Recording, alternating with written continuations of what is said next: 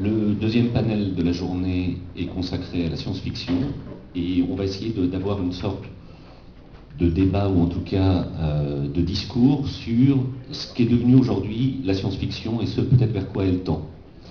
À l'heure où Avatar défonce tous les records du cinéma, on constate que son ancêtre littéraire, la science-fiction dans les collections spécialisées, est lui plutôt moribond, voire en voie d'extinction. Mais il y a des raisons logiques à ça, il y a des raisons historiques, il y a des raisons cycliques.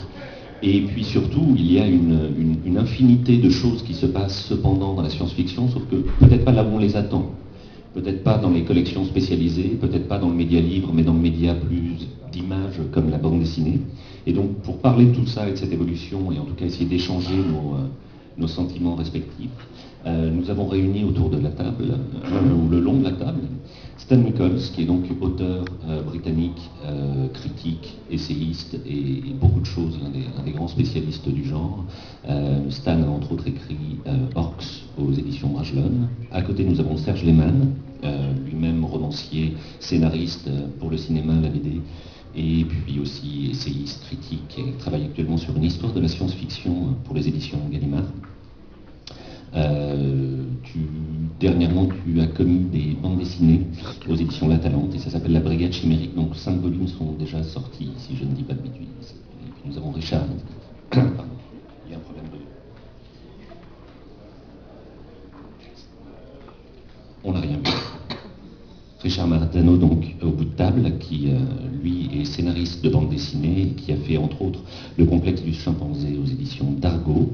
Nous avons là, qui est en train de se reposer, Wally, qui est notre libraire pour le festival, et qui a composé pour vous une sélection des œuvres de tous les intervenants. Et ça serait sympa que vous alliez jeter un coup d'œil si vous ne les avez pas déjà, mais je me doute que vous avez déjà tout. Néanmoins, allez regarder, il y a beaucoup de choses très intéressantes. Alors, on va peut-être commencer par tout seigneur, tout honneur, Stan Nichols, puisque Stan, tu es la sagesse même à cette table.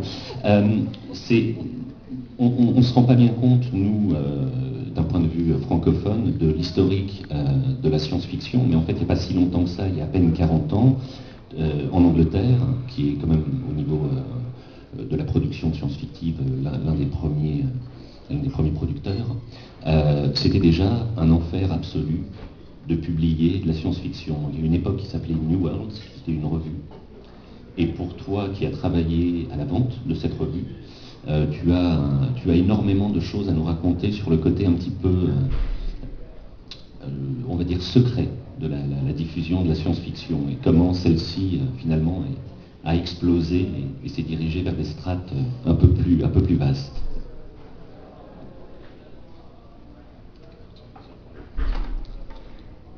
Secrets. I've been interested in science fiction for a very long time, and when I first encountered the science fiction community, there were two burning questions. What is science fiction, and is it dying? These two questions are still being asked. I think the first question is futile. Okay? Thank you. Actually, any danger that technology is going to overrun the world is obviously completely wrong, because none of this works. The first question defines science fiction as completely futile and a waste of energy.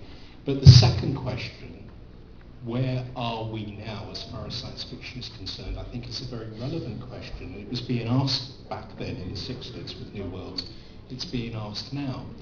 A few months ago, I was at a big science fiction event in England, and it was staged by England's biggest science fiction magazine, a multimedia magazine. And I would guess 80 to 90% of the people there were in their 20s or maybe in their 30s.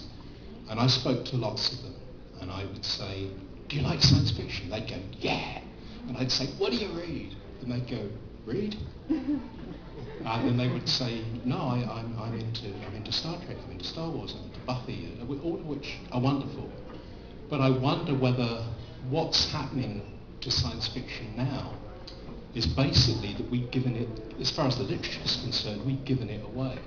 We've given it away to the movies, we've given it away to TV, we've given it away to comic books, and we've given it away to the gaming industry, which is not necessarily a bad thing.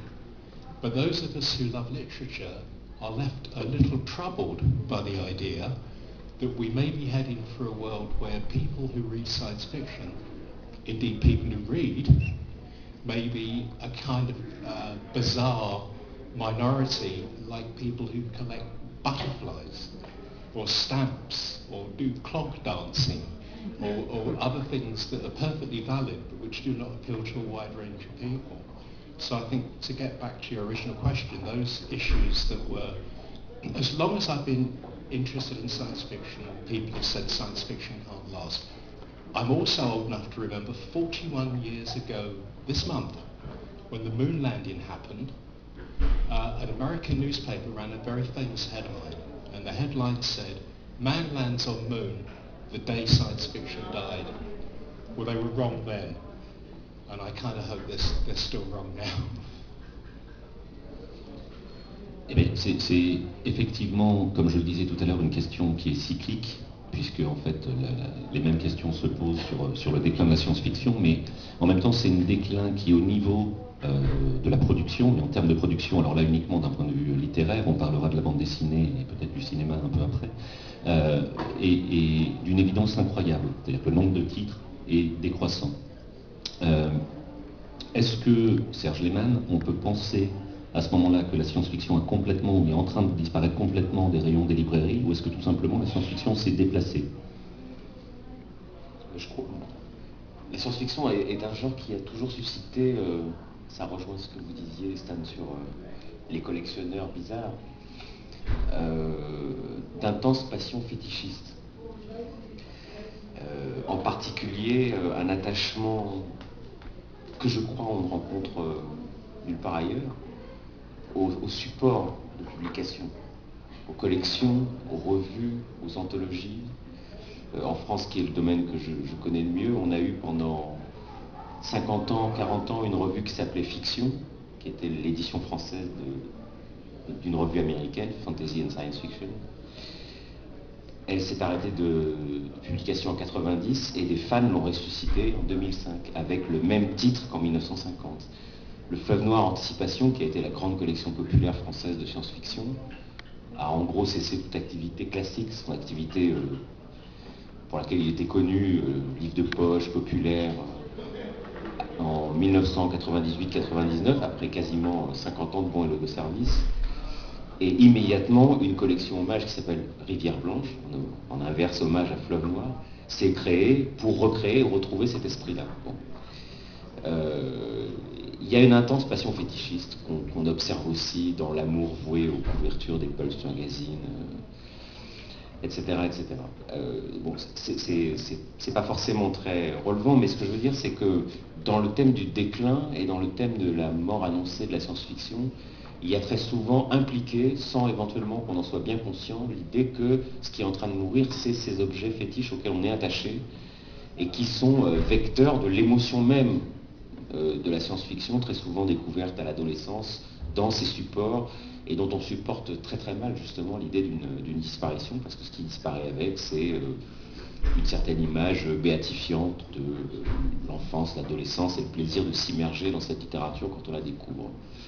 Donc ça, c'est un aspect, disons, du thème du déclin et de la disparition.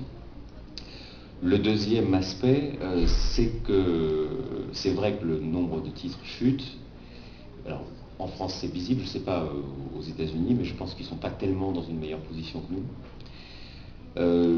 Il y a plusieurs phénomènes qui sont impliqués dans ce déclin. Le principal, me semble-t-il, c'est que les besoins, on va dire ça d'une manière un peu presque managériale, mais le besoin d'imaginaire comme marché, qui autrefois était couvert par une étiquette globale qui s'appelait science-fiction et à l'intérieur de laquelle on trouvait du fantastique quand il n'y en avait plus ailleurs, de la fantasy ou de la science-fiction d'aventure sans aucune science, comme chez Jack Vance par exemple, qui produisait une émotion qui ressemblait beaucoup à celle de la fantasy. Tout ça était publié sous l'étiquette science-fiction. C'est